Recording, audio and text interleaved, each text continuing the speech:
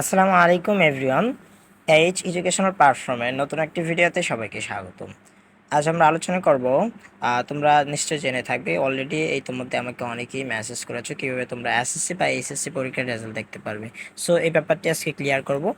এক ভিডিওতে ইনশাল্লাহ তোমাদের সকল বোর্ডের রেজাল্ট এক ভিডিওতে কীভাবে দেখতে পারো সেটা আমি দেখাচ্ছি। সো দেরি করছি না, শুরু করছি আজকের video. So first of all তোমার নেট হচ্ছে যে কোনো একটা ব্রাউজার ওপেন করতে হবে। সো আমি গুগল ব্রাউজারটাই ওপেন করে নিচ্ছি, তুমি চাইলে ক্রোম ব্রাউজার দিয়ে করতে পারো। দেন চার্জ বারে গিয়ে চার্জ করবে ঢাকা এডুকেশন বোর্ড। সো আমার এখানে অলরেডি আছে, শোকেস করছে ঢাকা এডুকেশন বোর্ড। দেন এখানে একটা সিম্পলি ক্লিক করবে। দেন ফার্স্টে যে অপশনটা পাবে ঢাকা এডুকেশন বোর্ড নামে, ওই অপশনটাতে আরেকটা ক্লিক দিবে।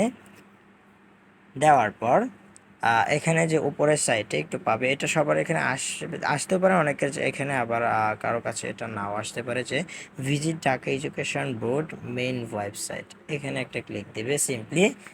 এখানে একটা ক্লিক দেওয়ার পর কিছু সময় অপেক্ষা করতে হবে। দেন এখানে আসবে, আসার পর দেখতে পারবে রেজাল্ট জেএসসি এসএসসি এইচএসসি। দেন এখানে একটা ক্লিক দিবে। দেওয়ার পর দেখতে পারবে এমন একটা ইন্টারফেস তোমার সম্মুখে শো করছে, যেখানে লেখা থাকবে পরীক্ষার নাম, পরীক্ষার সাল, বোর্ডের নাম। তো এক এক করে একটি একটি করে নির্বাচন করবে।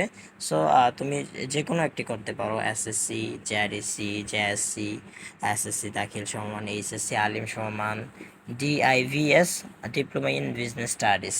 সো আমি ধরো সিম্পলি এসএসসি পে দাখিল সমান এটা দেখবো। সো এখানে ক্লিক করলাম। পরীক্ষার সাল আমি দেখছি 2019 সালের রেজাল্ট, আমার রেজাল্টে দেখছি। সো তুমি যদি 24 পরীক্ষার্থী হয়ে থাকো, 24-এর রেজাল্ট ইতিমধ্যে কিছুক্ষণ হয়তো আজকে প্রকাশ হতে পারে, অথবা 2-1 দিনের ভিতর প্রকাশ হয়ে যাবে। সো আমি 19-এর রেজাল্টটা দেখছি, এখানে একটা ক্লিক দিব। দেন বোর্ডের যে নাম, বোর্ডের নামের জায়গায় একটি নির্বাচন করুন। এখানে বরিশাল, চট্টগ্রাম, কুমিল্লা, ঢাকা, দিনাজপুর, যশোর, মাদ্রাসা, রাজশাহী, সিলেট, ময়মনসিংহ, কারিগরি। সো আমি যেহেতু মাদ্রাসা বোর্ডের রেজাল্টটা দেখবো, সো এটাতে একটা ক্লিক করছি। দেন ফলাফলের ধরন। সো এখানে এই কথাটা মনে রাখতে হবে, ফলাফলের ধরন যে জায়গাটা লেখা আছে, এখানে যদি তোমার নিজের ফলাফল দেখতে চাও, তাহলে তোমার এখানে নির্বাচন করতে হবে একক অথবা বিস্তারিত ফলাফল। আর কোনো প্রাতিষ্ঠানিক রেজাল্ট দেখতে চাইলে 2 নম্বরটা।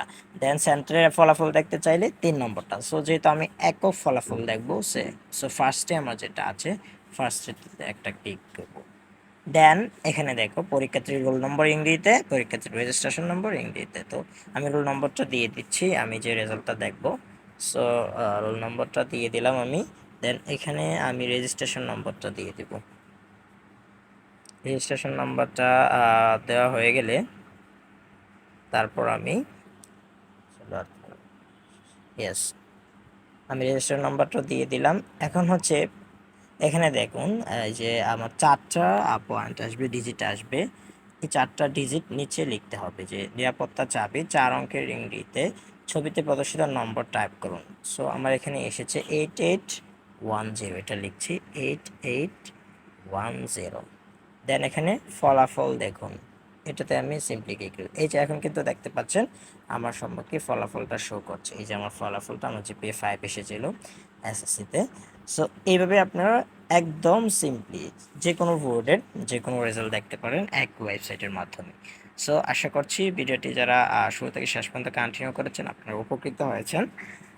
কারো কোনো প্রশ্ন থাকলে কমেন্ট বক্সে অবশ্যই প্রশ্ন করবেন। আর আমাদের চ্যানেলটি যারা এখনও সাবস্ক্রাইব করেননি, প্লিজ চ্যানেলটি সাবস্ক্রাইব করে পাশে থাকুন এমন নিত্য নতুন ভিডিও পেতে।